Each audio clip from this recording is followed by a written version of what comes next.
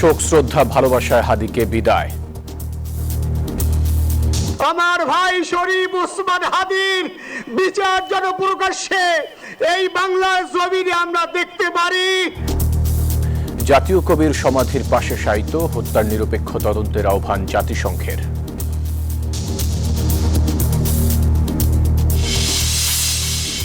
দেশে আনা হলো সুদানে নিহত 6 বাংলাদেশি সেনার মরদেহ। আজ রাষ্ট্রীয় ও সামরিক মর্যাদায় জানাজা ও দাফন। বাংলাদেশিদের ভিসা দিতে সোশ্যাল মিডিয়া অ্যাকাউন্ট যাচাই করবে ভারত। দেশের স্বার্থ ও নিরাপত্তা রক্ষাই লক্ষ্য, বলছে দিল্লি। দর্শক স্বাগত প্রবাসের সংবাদে। পুরো সংবাদে আপনাদের সাথে আছি আমি ফয়সাল মাহমুদ। দেখছিলেন বিআরবি কেবলস সংবাদ শিরোনাম। এবারে পুরো খবর। এক ঐতিহাসিক ঘটনার সাক্ষী হলো বাংলাদেশ। শ্রদ্ধা, ভালোবাসা আর চোখের জলে বিদায় নিলেন ইনকিলাব মঞ্চের মুখপাত্র জুলাই যোদ্ধা শহীদ শরীফ ওসমান হাদি। উল্কার মতো রাজনীতিতে আসা এই বিপ্লবীকে দাফন করা হলো জাতীয় কবি কাজী নজরুল ইসলামের সমাধির পাশে। দুপুরে জাতীয় সংসদ ভবনের দক্ষিণ প্লাজায় সাধারণ মানুষের পাশাপাশি জানাজায় অংশ নেন প্রধান উপদেষ্টা সহ বিভিন্ন রাজনৈতিক দলের নেতাকর্মীরা।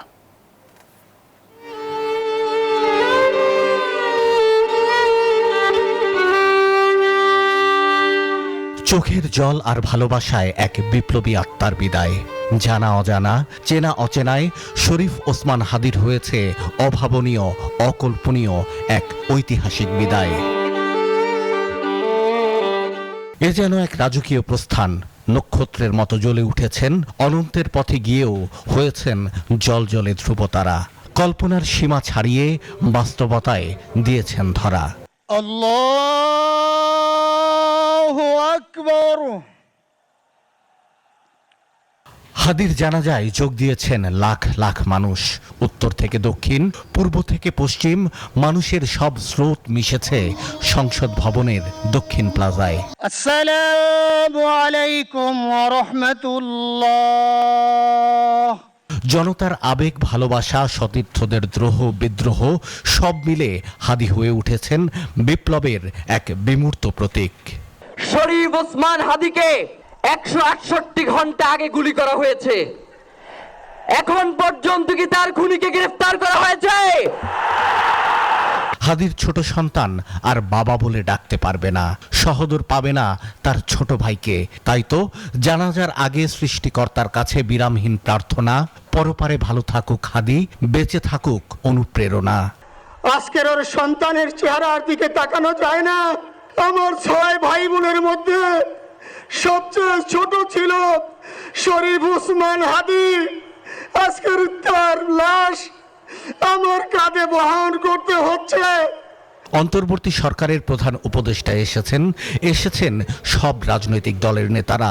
আবেগ আপ্লুত হয়ে প্রধান উপদেষ্টা বলেছেন, বিদায় দিতে নয়, এসেছি ওয়াদা করতে।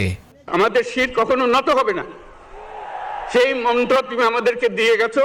আমাদের সব কাজে সেটা আমরা প্রমাণ করব।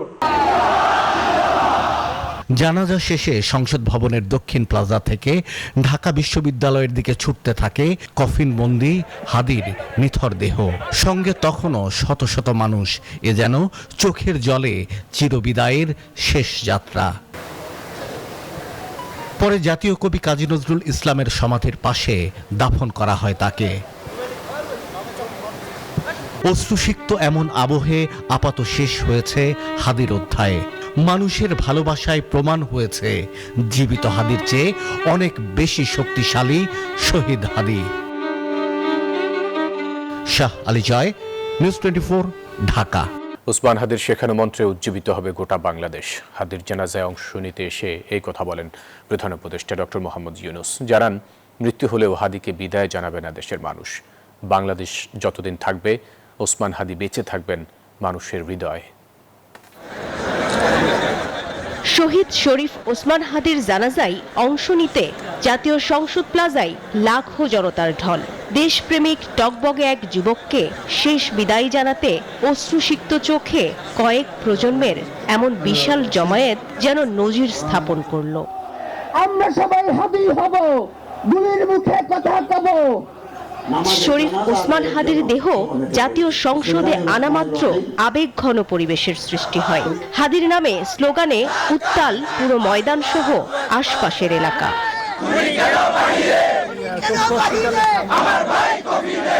সাধারণ মানুষের পাশাপাশি জানাজায় অংশ নিতে আসেন অন্তর্বর্তী সরকারের প্রধান উপদেষ্টা। বলেন, হাদিকে বিদায় জানাতে নয়, সবসময় মাথা উঁচু করে বাঁচার যে মন্ত্র হাদি শিখিয়েছেন তা ধারণ করতেই স্মরণকালের এই বিশাল জমায়েত। প্রিয় হাদি, বিদায় দিতে আসিনি, আমরা তোমার কাছে আমরা ওয়াদা করতে এসেছি। তুমি যা বলে গেছো সেটা যেন আমরা পূরণ করতে পারি। আমাদের শির কখনো নত হবে না, সেই মন্ত্র তুমি আমাদেরকে দিয়ে গেছো। আমাদের সব কাজে সেটা আমরা প্রমাণ করব। আমরা দুনিয়ার সামনে মাথা উঁচু করে চলবো, কারো কাছে মাথা নত করব না। ক্ষণজন্মা হাদি মানুষকে যেভাবে ভালোবেসেছেন, রাজনৈতিক প্রতিপক্ষের প্রতিও তার উদার দৃষ্টিভঙ্গি, এমনকি নির্বাচনের প্রার্থী হয়েও আচার আচরণের যে উদাহরণ সৃষ্টি করে গেছেন তা অনুসরণের আহ্বান জানান প্রধান উপদেষ্টা। কিভাবে মানুষকে কষ্ট না দিয়ে তার বক্তব্য প্রকাশ করতে হয়, কিভাবে বিনীতভাবে মানুষের কাছে আসতে হয়, সবকিছু তুমি শিক্ষা দিয়ে গেছো। আমরা এই শিক্ষা গ্রহণ করলাম। আমরা সব সময় তোমার কথা স্মরণ রেখে জাতির অগ্রগতির পথে চলতে থাকবো। জানা যায়, আইন, ধর্ম, সংস্কৃতি সহ বেশ কয়েকজন উপদেষ্টা ও সরকারের ঊর্ধ্বতন কর্মকর্তারা জানাজায় অংশ নেন। জানাজা শেষে জনতার মিছিল এগিয়ে যায় শাহবাগ অভিমুখে। হাদির শেখানো স্বাধীনতা সার্বভৌমত্বের লড়াইয়ে এখন লক্ষ্য হাদি। ওসমান হাদির জানাজায় আসা লাখ লাখ মানুষ বলছে হাদিদের মৃত্যু নেই। মারুফা রহমান, নিউজ 24, সংসদের দক্ষিণ প্লাজা, ঢাকা। এদিকে শহীদ ওসমান হাদির জানাজায় অংশ নিয়েছেন বিএনপি, জামাত, এনসিপি সহ বিভিন্ন রাজনৈতিক দলের নেতারা। তারা বলেন, হাদি ছিলেন ইনসাফ ও ন্যায়ের প্রতীক। একটি মানবিক ও গণতান্ত্রিক বাংলাদেশ প্রতিষ্ঠায় হাদির আত্মত্যাগ বৃথা যাবে না বলে মন্তব্য করেছেন তারা। বিশিষ্টজনরা বলেন, হাদির ঘাতকদের বিচার করতে হবে, নিশ্চিত করতে হবে জুলাই যোদ্ধাদের নিরাপত্তা। রাজধানী ঢাকার সব পথ যেন মিশে গেছে সংসদ ভবনের সামনের মাঠে। জানাজার সময় মাঠ ছাপিয়ে মানিক মিয়া এভিনিউয়ের দুই পাশের সড়কেও ছিল জনসমুদ্র। হাদির জানাজায় কাঁধে কাঁধ মিলিয়ে এক কাতারে সামিল হন বিএনপির স্থায়ী কমিটির সদস্য সালাউদ্দিন আহমেদ, জামায়াতের আমির ডাক্তার শফিকুর রহমান, এনসিপির আহ্বায়ক নাহিদ ইসলাম সহ বিভিন্ন রাজনৈতিক দলের নেতারা। রাজনীতির অস্থির এই সময়ে ওসমান হাদির হত্যাকাণ্ড বড় ক্ষতি বলছেন সবাই। তার খুনিদের বিচারের আওতায় আনার দাবিও ছিল সবার কণ্ঠে। ওসমান হাদির এই শোককে জাতীয় শক্তিতে পরিণত করতে হবে। দেশীয় এবং বিদেশীয় সকল চক্র যারা গণতন্ত্রের পথে বাধা হয়ে দাঁড়াতে চায়, যারা নির্বাচনকে বাধাগ্রস্ত করতে চায়, এদেশের গণতান্ত্রিক উত্তরণকে যারা বাধাগ্রস্ত করতে চায়, কণ্ঠকাঠিন্য করতে চায়, তাদেরকে আমরা সমুচিত জবাব দেব গণতান্ত্রিক উত্তরণের প্রক্রিয়াকে সহজতর করে। তাহলেই শহীদ ওসমান হাদির রক্তদানকে, আত্মত্যাগকে আমরা সম্মান জানাতে পারবো। ইনসাফ ও ন্যায়ভিত্তিক সমাজ বিনির্মাণে ওসমান হাদি যে স্বপ্ন দেখেছিলেন, সেই স্বপ্ন বাস্তবায়নের কথা বলেন রাজনীতিবিদ ও বিশিষ্টজনরা। হাদির অপরাধ একটাই, সেটা হচ্ছে সে ভারতীয় আধিপত্যবাদের বিরুদ্ধে কি করছে, লড়াই করে গেছে, আজীবন সংগ্রাম করে গেছে। ফ্যাসিস্ট হাসিনা এবং তার প্রেতাত্মারা যদি জুলাই যোদ্ধাদেরকে ঘুমাতে না দেয়, আমরাও ফ্যাসিস্ট হাসিনা এবং তার দোসরদের গুম হারাম করে দিব ইনশাআল্লাহ। বাংলাদেশের স্বাধীনতা ও সার্বভৌমত্ব রক্ষায় ওসমান হাদির মতো বিপ্লবীর বড় প্রয়োজন বলেও মনে করেন রাজনীতিবিদরা। শহীদ হাদির জানাজায় অংশ নিয়ে বিভিন্ন রাজনৈতিক দলের পাশাপাশি সর্বস্তরের মানুষের একটি বার্তা, আগামী দিনে ইনসাফভিত্তিক রাষ্ট্র প্রতিষ্ঠায় শহীদ হাদির আদর্শকে ধারণ করবেন তারা। সেই সঙ্গে যে কোনো আগ্রাসনের বিরুদ্ধে সোচ্চার থাকবে বাংলাদেশের মানুষ। সাইফুল ইসলাম, নিউজ 24, ঢাকা। জাতীয় কবি কাজী নজরুল ইসলামের সমাধির পাশে চিরনিদ্রায় শায়িত হলেন ফাঁসিবাদ বিরোধী কণ্ঠস্বর শহীদ শরীফ ওসমান হাদি। শনিবার বিকেল 4টায় দাফনের সময় কান্নায় ভেঙে পড়েন তার সহপাঠী ও ভক্তরা। তাদের কান্নায় যেন ভিজে যায় সেখানকার মাটিও। মুরাদ আক্তারের ক্যামেরায় বিস্তারিত জানাচ্ছেন আরিফুল ইসলাম। বিদ্রোহী কবি কাজী নজরুল ইসলামের ইচ্ছের মতোই মসজিদের পাশে চিরনিদ্রায় শায়িত হলেন বাংলার আরেক ফ্যাসিবাদ বিরোধী কণ্ঠস্বর শহীদ শরীফ ওসমান হাদী। জানাজা শেষে লাল সবুজে পতাকায় মোড়ানো শহীদ হাদীর মরদেহ নিয়ে আসা হয় কবি নজরুলের সমাধিতে। মরদেহ কাঁধে নিয়ে ফুফিয়ে কাঁদছিলেন তার সহপাঠীরা। এ কান্না যেন বড়ই বেদনার। অশ্রুসিক্ত নয়নে সবাই শেষবারের মতো ছুঁয়ে দিলেন হাদীকে, মাটি ছিটিয়ে দিলেন এ বীরের সমাধিতে। আগতদের চোখের জল যেন ভিজিয়ে দিল হাদীর কবরের মাটি। শেষ বিদায়ে উপস্থিত ছিলেন তার পরিবারের সদস্য, শিক্ষক ও ফ্যাসিবাদ বিরোধী রাজনৈতিক নেতৃবৃন্দ। বলেন, হাদীর ফ্যাসিবাদ বিরোধী কণ্ঠস্বর লেখা থাকবে ইতিহাসের পাতায়।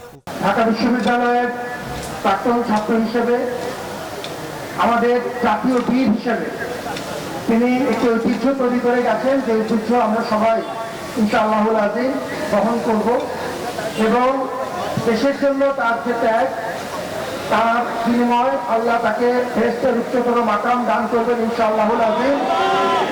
দাফন শেষে কান্না ভেজা কণ্ঠে মোনাজাত করেন তার বড় ভাই আবু বকর সিদ্দিক। হাদীর দীর্ঘদিনের সহযোদ্ধা ও অনুসারীরা বিদায় বেলায় শপথ নিলেন তার রেখে যাওয়া আদর্শ বাস্তবায়নের। বললেন, হাদী চলে গেলেও থামবে না ইনসাফ প্রতিষ্ঠার লড়াই। ন্যায় নীতির বাংলাদেশ গড়ার স্বপ্ন দেখেছিলেন অসমাপ্ত মহাকাব্যের তরুণ শরীফ ওসমান হাদী। তার স্বপ্ন বাস্তবায়নে এবার অঙ্গীকারবদ্ধ লাখো তরুণ, এমনটাই বলছেন তার ভক্তরা। ঢাকা বিশ্ববিদ্যালয়ের কেন্দ্রীয় মসজিদের পাশ থেকে আরিফুল ইসলাম, নিউজ 24। ইনকিলাব মঞ্চের মুখপাত্র শরীফ ওসমান হাদী হত্যাকাণ্ডে গভীর উদ্বেগ প্রকাশ করেছেন জাতিসংঘের মানবাধিকার বিষয়ক প্রধান ভলকার তুর্ক। তিনি এ ঘটনার দ্রুত, নিরপেক্ষ, পূর্ণাঙ্গ ও স্বচ্ছ তদন্তের আহ্বান জানিয়েছেন। একই সঙ্গে দায়ীদের বিরুদ্ধে যথাযথ আইনি প্রক্রিয়ায় জবাবদিহি নিশ্চিত করার তাগিদ দেন তিনি। হাদীর মৃত্যুকে কেন্দ্র করে দেশ জুড়ে চলমান বিক্ষোভের প্রেক্ষাপটে সবাইকে শান্ত থাকার আহ্বান জানিয়ে ভলকার তুর্ক বলেন, প্রতিহিংসা ও প্রতিশোধ পরিস্থিতিকে আরও জটিল করে তুলবে।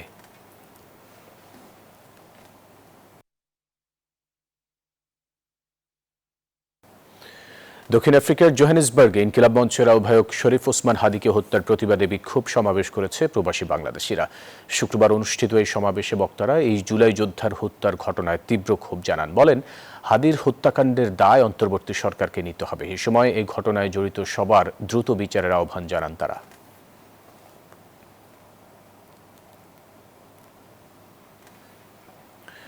সুদানে জাতিসংঘ শান্তিরক্ষা মিশন ঘাঁটিতে সন্ত্রাসীদের ড্রোন হামলায় নিহত 6 বাংলাদেশি শান্তিরক্ষীর মরদেহ দেশে পৌঁছেছে।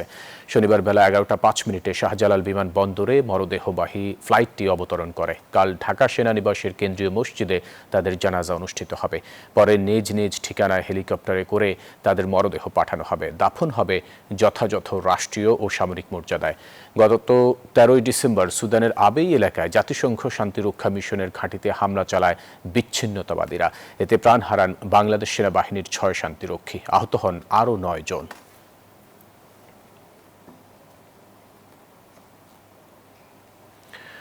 বাংলাদেশিদের ভিসা দেওয়ার ক্ষেত্রে নতুন কড়াকড়ি আরোপ করেছে ভারত। এখন থেকে আবেদনকারীর সোশ্যাল মিডিয়া প্রোফাইল ও অনলাইন কার্যক্রম যাচাই করবে দিল্লি। দেশের স্বার্থ ও নিরাপত্তা রক্ষার জন্যই এমন সিদ্ধান্ত বলে জানিয়েছে ভারতের পররাষ্ট্র মন্ত্রণালয়। মার্কিন ভিসা নীতির আদলে এই যাচাই প্রক্রিয়ায় আবেদনকারীর অন্তত 5 বছরের সোশ্যাল মিডিয়া অ্যাকাউন্ট পর্যবেক্ষণ করা হবে।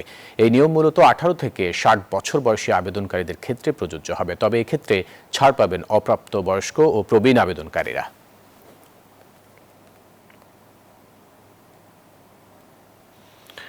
মালদ্বীপে প্রথমবারের মতো অনুষ্ঠিত হল 2 দিনের বাংলাদেশের একক চিকিৎসা শিক্ষা মেলা এডুবেস্ট এক্সপো 2025।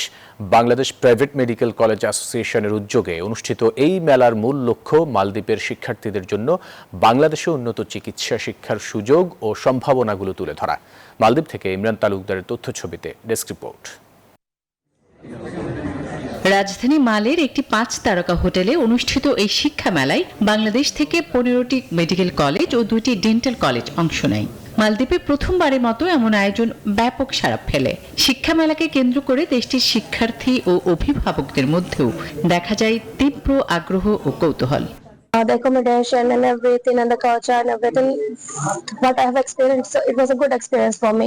মালদ্বীপে প্রথম আমরা এত বড় একটা মেডিকেল এক্সিবিশন করা শুরু করলাম, সেই ক্ষেত্রে আমাদের এটা আমরা মোটামুটি আলহামদুলিল্লাহ আমরা সাকসেসফুল। 19 ও 20 ডিসেম্বর অনুষ্ঠিত এই শিক্ষা মেলায় বিভিন্ন স্টল পরিদর্শন করেন মালদ্বীপের স্বাস্থ্যমন্ত্রী আমিনাত সিরান, বাংলাদেশের high commissioner doctor Mohammad Nazmul Islam, স্বাস্থ্য ও শিক্ষা অধিদপ্তরের মহাপরিচালক প্রফেসর ডক্টর নাজমুল হুসাইন, যুগ্ম সচিব মল্লিকা খাতুন এবং বাংলাদেশ প্রাইভেট মেডিকেল কলেজ অ্যাসোসিয়েশনের সাধারণ সম্পাদক ডাক্তার মুয়াজ্জেম হোসেন।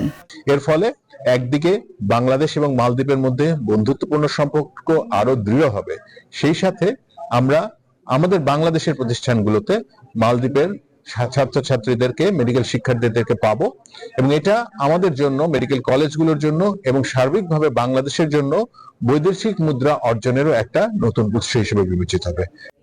এমন আয়োজন মালদ্বীপের শিক্ষার্থীদের জন্য উচ্চ শিক্ষার নতুন দিগন্ত উন্মোচন এবং দুই দেশের বন্ধুত্বপূর্ণ সম্পর্ক আরও সুদৃঢ় করবে বলে মনে করেন প্রবাসীরা। Desk report, news 24। ইতালিতে অভিবাসী দিবস ও জাতীয় প্রবাসী দিবস উপলক্ষে রোমে বাংলাদেশ দূতাবাসে আলোচনা সভা অনুষ্ঠিত হয়েছে। এতে প্রধান অতিথি ছিলেন ইতালিতে নিযুক্ত বাংলাদেশের রাষ্ট্রদূত ATM রকিবুল হক। তিনি প্রবাসীদের দেশের অর্থনৈতিক যোদ্ধা আখ্যা দিয়ে বলেন, তাদের পাঠানোর রেমিটেন্স দেশের উন্নয়নে গুরুত্বপূর্ণ ভূমিকা রাখছে। সভায় বক্তারা দেশের অর্থনৈতিক উন্নয়নে প্রবাসীদের অবদান, প্রবাস জীবনের চ্যালেঞ্জ, প্রবাসীদের অধিকার ও কল্যাণ নিশ্চিত করা সহ বিভিন্ন গুরুত্বপূর্ণ বিষয়ে আলোচনা করেন।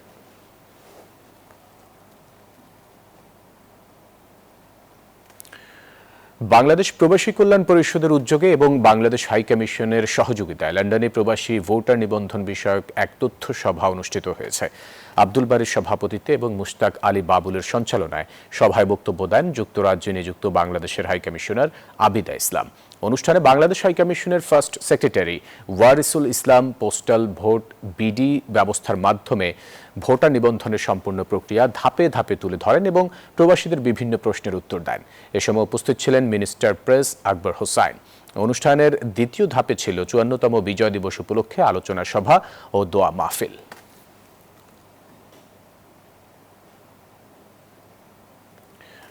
সুনামগঞ্জ বিজ্ঞান ও প্রযুক্তি বিশ্ববিদ্যালয়ের স্থায়ী ক্যাম্পাস নির্ধারিত স্থানে দ্রুত নির্মাণের দাবিতে লন্ডনে স্মারকলিপি দিয়েছেন যুক্তরাজ্যে বসবাসরত সুনামগঞ্জবাসী। লন্ডনে বাংলাদেশ হাই কমিশনে স্মারকলিপিতে জমা দেন তারা। স্মারকলিপি পেশের নেতৃত্ব দেন মোহাম্মদ আবুল লেইচ এবং মোহাম্মদ সানাউর আলী কয়েস। এ সময় অধ্যাপক ওমর ফারুক ও সাজ্জাদুর রহমান সহ সংগঠনের অন্যান্য নেতৃবৃন্দ উপস্থিত ছিলেন। প্রবাসীরা বলেন, সুনামগঞ্জের শিক্ষার্থীদের উচ্চশিক্ষা নিশ্চিত করতে দ্রুত কার্যকর পদক্ষেপ নেওয়া এখন সময়ের দাবি।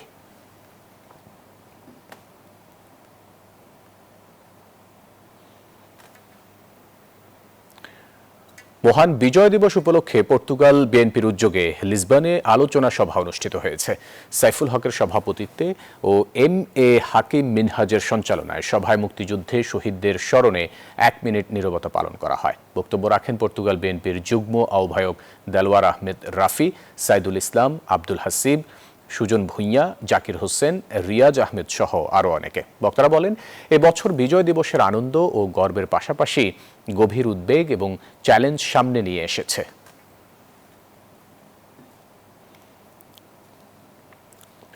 নৈরাজ্য করে নির্বাচন পেছানোর কোনো সুযোগ নেই বলে মন্তব্য করেছেন বিএনপি স্থায়ী কমিটির সদস্য সালাউদ্দিন আহমদ।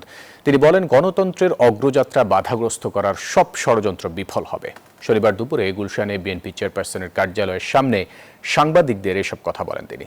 সালাউদ্দিন আহমদ আরও বলেন, হাদি হত্যাকাণ্ডের সাথে স্বৈরাচারের দোসর ও যারা নির্বাচন পেছাতে চায় তারা জড়িত থাকতে পারে। তিনি জানান, তারেক রহমানের ফেরার দিন লক্ষ জনতার সমাবেশ হবে এবং সেদিন সবাই দেশের বিরুদ্ধে চলা সব ষড়যন্ত্র বিফল করার কঠিন বার্তা দেবে।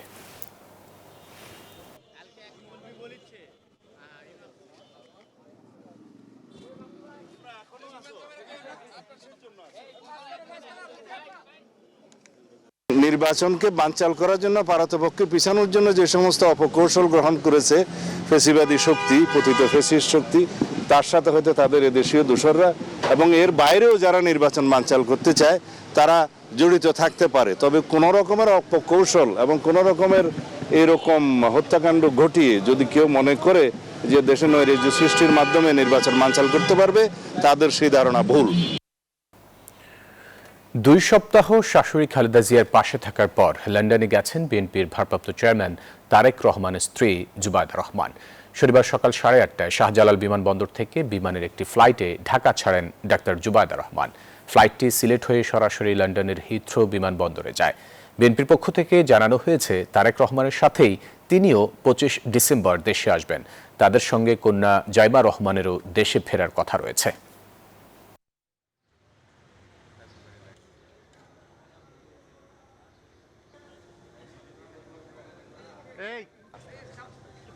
এখান থেকে সিলেটে যাবে, সিলেটে 1 ঘন্টা যাত্রা বিরতি হবে, ওখান থেকে একবারে হিথ্রোতে নামবেন। একবারে 25 তারিখে আমাদের প্রিয় নেতা, মানবিক নেতা জনাব তারেক রহমানের সাথেই ফিরবেন। ফ্যামিলির 3 জনই আসছেন, এছাড়াও বিএনপি এবং অন্যান্য কিছু নেতৃবৃন্দ সম্ভবত কিছু, খুব সংক্ষেপ আমি যতদূর জানি 8-10 জনের একটি আসতেছে। এবারে জেডএসআরএম নির্বাচনের পথে।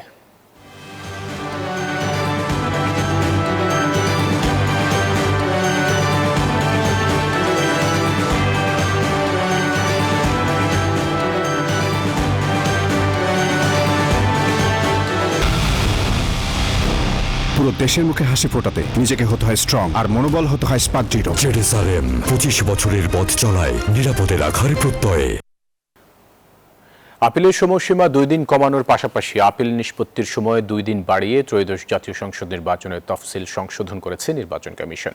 সংশোধিত প্রজ্ঞাপন অনুযায়ী নির্বাচনে মনোনয়নপত্র বাছাইয়ে রিটার্নিং অফিসারের সিদ্ধান্তের বিরুদ্ধে আগামী 5 থেকে 11 জানুয়ারির পরিবর্তে আপিল করা যাবে 5 থেকে 9 জানুয়ারি পর্যন্ত। এছাড়া 12 থেকে 18 জানুয়ারির পরিবর্তে আগামী 10 থেকে 18 জানুয়ারি পর্যন্ত আপিল নিষ্পত্তি করা হবে।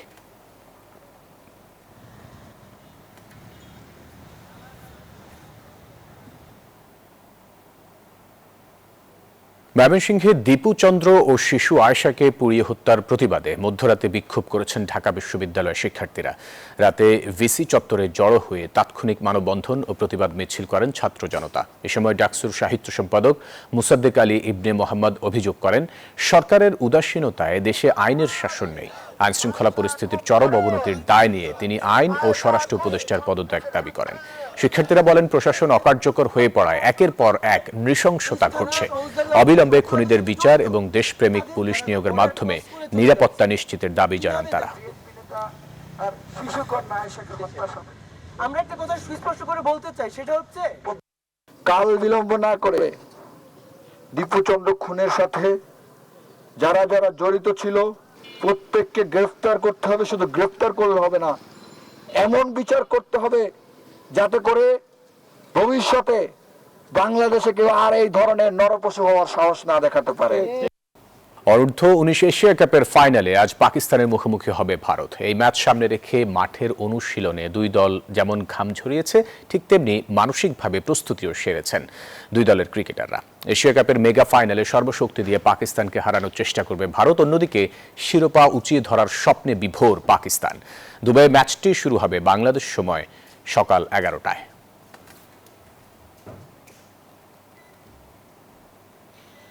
দর্শক, এই ছিল নিউজ 24 প্রবাসী সংবাদে। এতক্ষণ সাথে থাকার জন্য ধন্যবাদ সবাই।